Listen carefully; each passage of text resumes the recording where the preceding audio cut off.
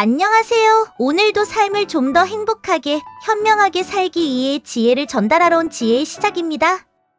오늘의 이야기 시작합니다. 저는 결혼한 지 5년 차이고 3살 된 딸이 하나 있어요. 아내는 제가 본인을 배려하지 않는다며 저의 노력에 대해서 당연하다고 생각하거나 부족하다고 생각합니다. 최근에는 회사에서도 좋지 않아서 그나마 가족을 위하자는 마음으로 지난 7월에 육아휴직을 했습니다. 집사람은 그마저도 왜 당신이 독단적으로 결정을 했느냐고 얘기합니다. 저는 2달 동안 육아휴직에 대해서 아내와 얘기하고 아내가 동의했다고 생각했는데 아내는 저를 이해해주지는 못하고 저한테 서운함만 얘기하고 있습니다. 저는 어떻게 해야 할까요?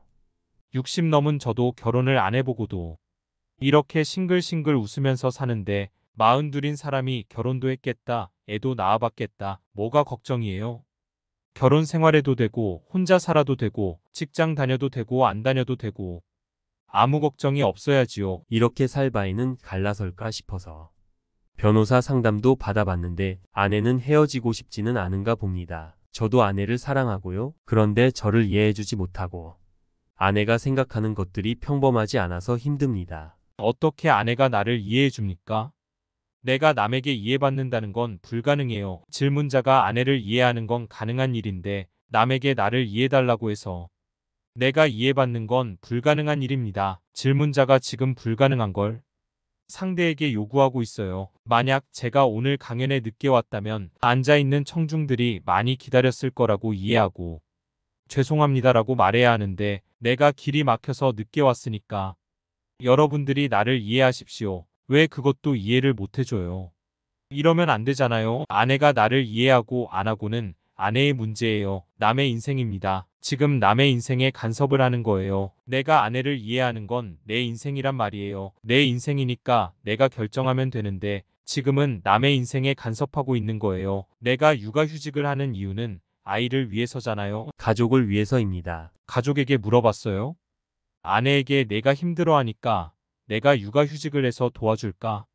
이렇게 물으니까 아내가 뭐라고 그러던가요?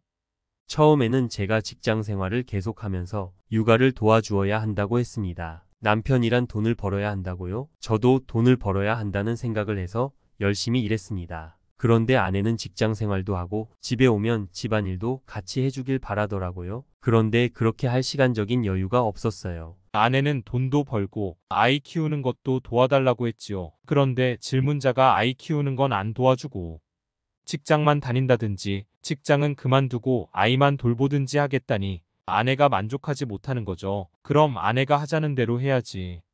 왜 자기 마음대로 해요?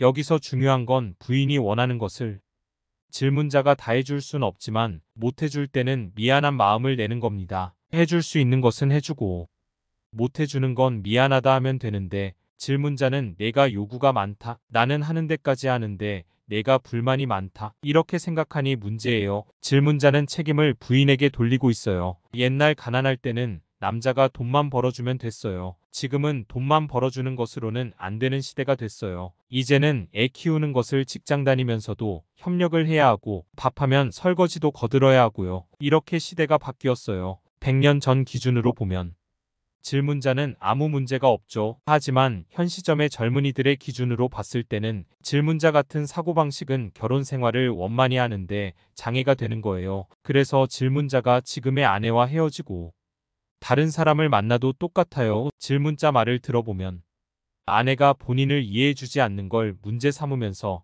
이해해달라고 하고 있거든요. 내가 새벽부터 저녁까지 직장 생활하지 않느냐? 내가 아기 돌보기 위해서 직장도 그만두지 않았느냐?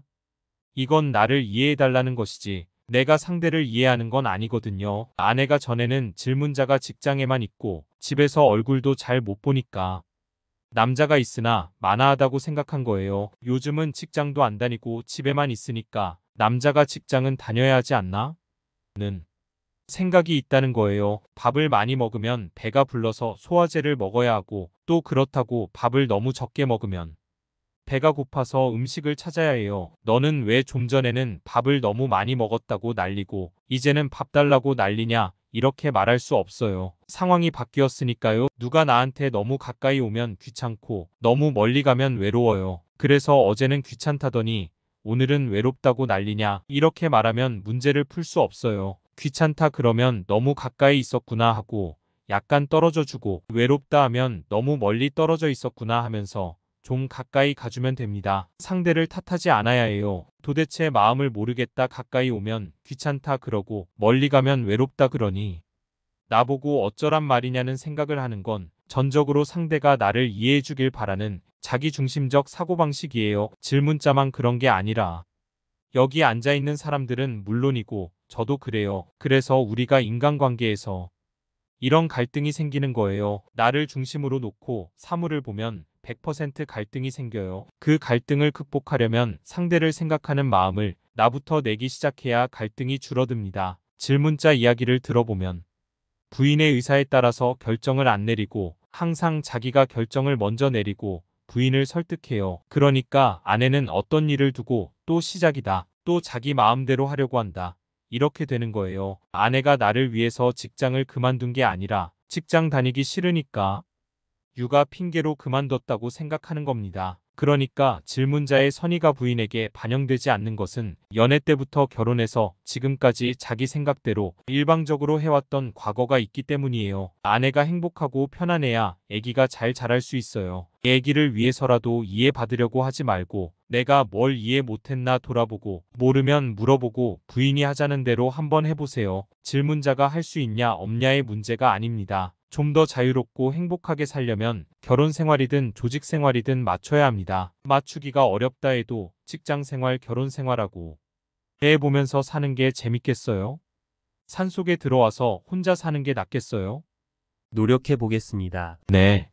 그럼 부인으로부터 이해받으려 하지 않고 내가 부인을 이해한다. 이렇게 기준을 딱 잡고 명심해서 살아보는 거예요. 갈등이 생기면 내가 이해하는 것을 놓쳤구나. 내가 이해받으려 하는구나. 이걸 새기세요. 우리는 좋은 조건을 위해 노력은 하지만 그것이 안 되더라도 행복할 수 있습니다. 그런데 우리는 늘 고생하고 억울했던 과거의 비디오 테이프를 내 머릿속에서 돌려보면서 괴로워합니다. 지금 원하는 대로 이루어지지 않는다고 괴로워하고 아직 오지도 않은 미래를 걱정하느라 괴로워합니다. 이렇게 자기가 자기 인생을 괴로움 속에 빠뜨리고 살고 있어요. 결혼 생활을 하는 것은 어느 한쪽이 잘해서 유지되는 건 아닙니다. 둘이 서로 노력하고 맞춰 나가야 해요. 그런데 그게 생각만큼 쉽지가 않아요. 그럴 때 이 이야기처럼 내가 상대에게 요구하고 자기 중심적 생각을 했구나 하고 다시 마음을 다잡아 보시길 바랍니다.